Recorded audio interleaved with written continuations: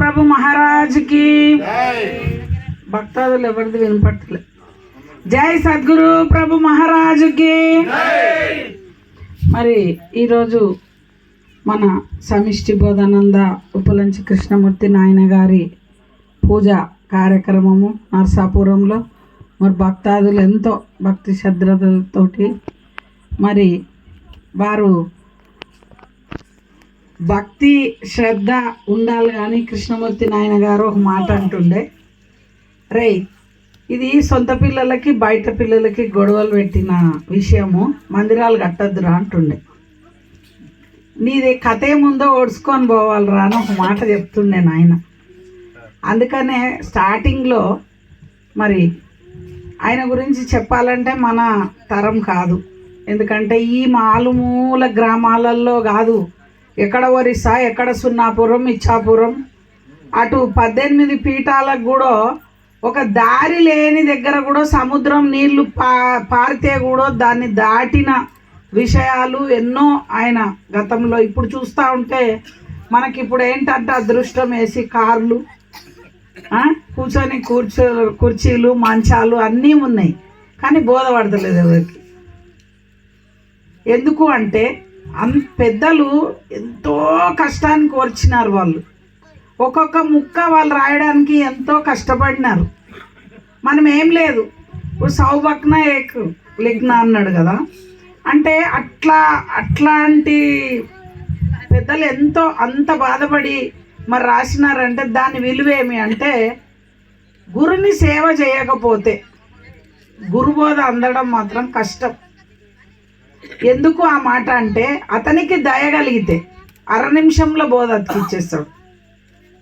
దయ రావాలంటే మనం ఏం చేయాలి అన్నది మనం కృష్ణమూర్తి నాయన గారి దగ్గర నేర్చుకున్న విద్యనే.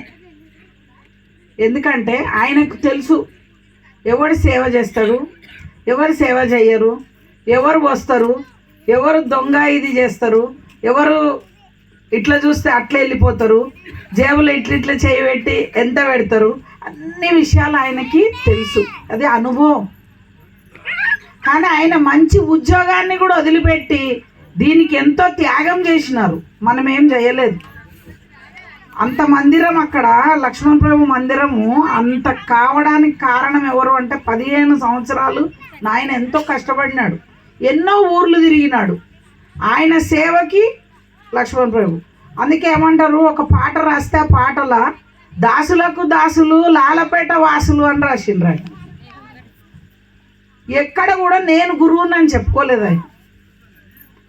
ఎందుకంటే దాసులకు దాసులు లాలపేట వాసుడు అంటే ఆయన కూడా ఒక సేవకుడుగానే భావించినాడు. ఎందుకంటే ఆయన లక్ష్మణ ప్రభు మందిరం అంటే ఎంతో ప్రేమ ఆయనకి. ఆయన ఒకటే మాట అంటుండే, ఆ శివరామ దీక్షితులు శ్రీధర్ వారులు, ఆ శివరామ దీక్షితులు మరి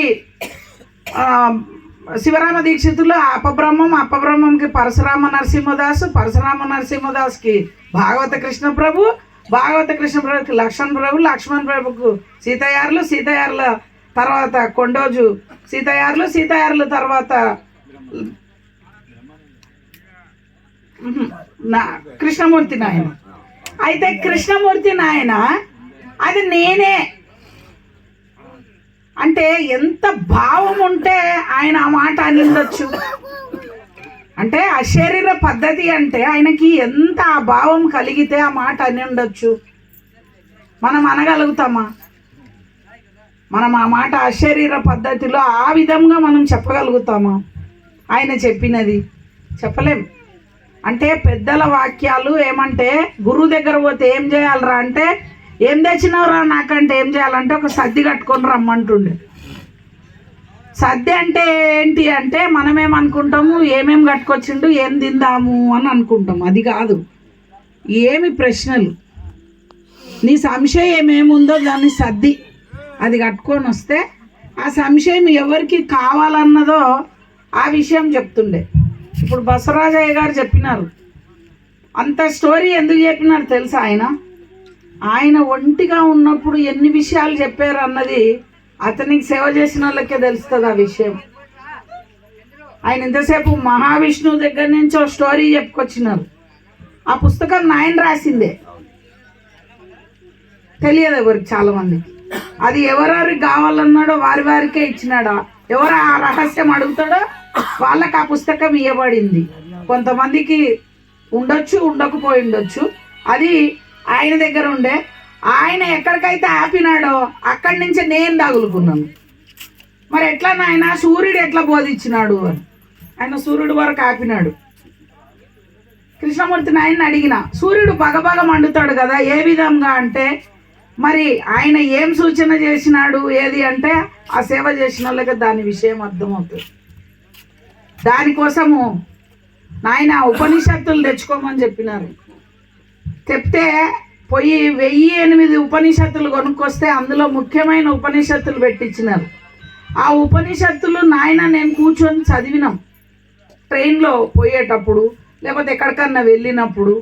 అందులో ఏముంది మరి ఆరాయణ నుంచి ఈ రోజు వరకు అంటే 4 ద్వాదశులు. మరి సూర్యుడు ఎవరెవరికి ఎప్పుడెప్పుడు చెప్పినారు అన్న మంత్రము శ్రీధరులు శివరామ దీక్షితుడికి ఏం చెప్పినారు, మరి సాందీపుల వారు కృష్ణుడికి ఏం మంత్రం చెప్పినాడు, ఇవన్నీ కూడా ఒక్కొక్కటి ఒక్కొక్క విషయము అడిగినా కొద్దీ నాయన చెప్పడము వినడము, అది ఎవరికో అట్లాంటి భాగ్యం కలుగుతుంది. కానీ మరి పెద్దలు చెప్పినట్టు ఈ దారి తెలిసిన ఏ దారి కాదు, ఇది రహదారి కాదన్నదాన్ని. ఏంటంటే మూలము లేని గుర్తెరిగే శరీరము. మరి వాదికి ప్రతివాదికి గురువు శిష్యులు ఇద్దరు కూర్చొని ఏమనాలా, మరి నువ్వెవరు నేనెవరు అంటే నువ్వు లేకపోతే నేను లేకపోతున్నంటే మరి నువ్వు లేవు నేను లేదా, మరి వాదం ఎవరితోటి అంటే గురువు శిష్యుడు ఒకటే మాట, దీక్షితులు వారు చెప్పేది ఒకటే మాట, పూటకు 1000 సార్లు మూలం లేని గుర్తెరిగే శరీరం ఏమీ లేదనే అనుకోమంటారు. ఎందుకంటే మొదలు వంకర అయితే తుదలలో వంకర.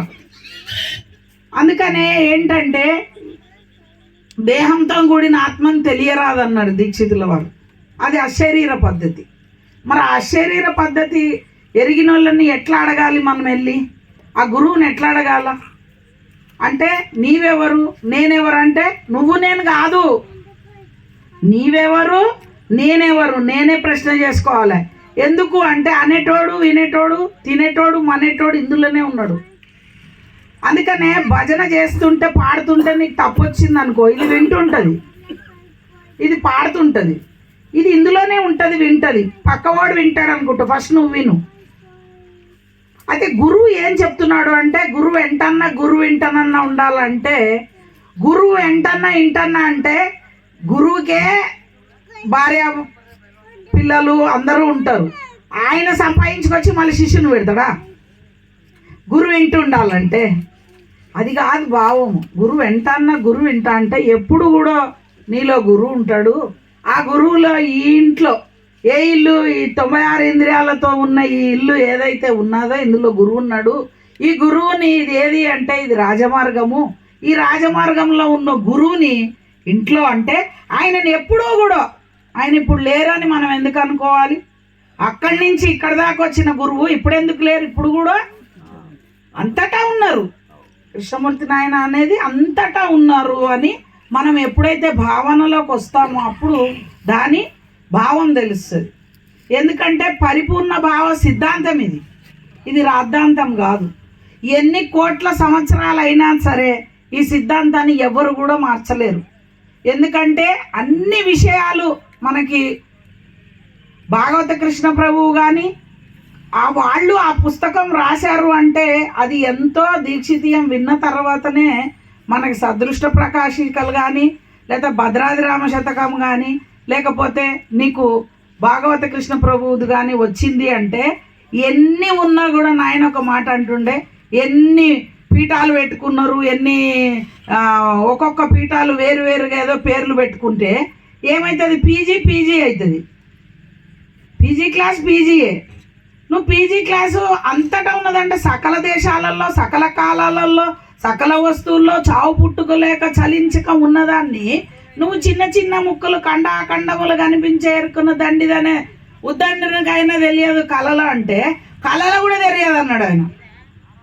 గనులకు తెలవలే, ఋషులకు తెలవలే, ఎవరికి కూడా అది అనే ఏంటిది అది అన్నది అర్థం కాని ఇది ఎవరికి అది తెలుస్తుంది అంటే 4 శుశ్రూషలు లోలత గావించు లోకాతీతము ఆలోకించి గురునిచే ఈ లోకము జోలి విడువు ఇంతే చాలన్నా, నీతో కూడా ఇది మరువకన్నా అన్నాడు.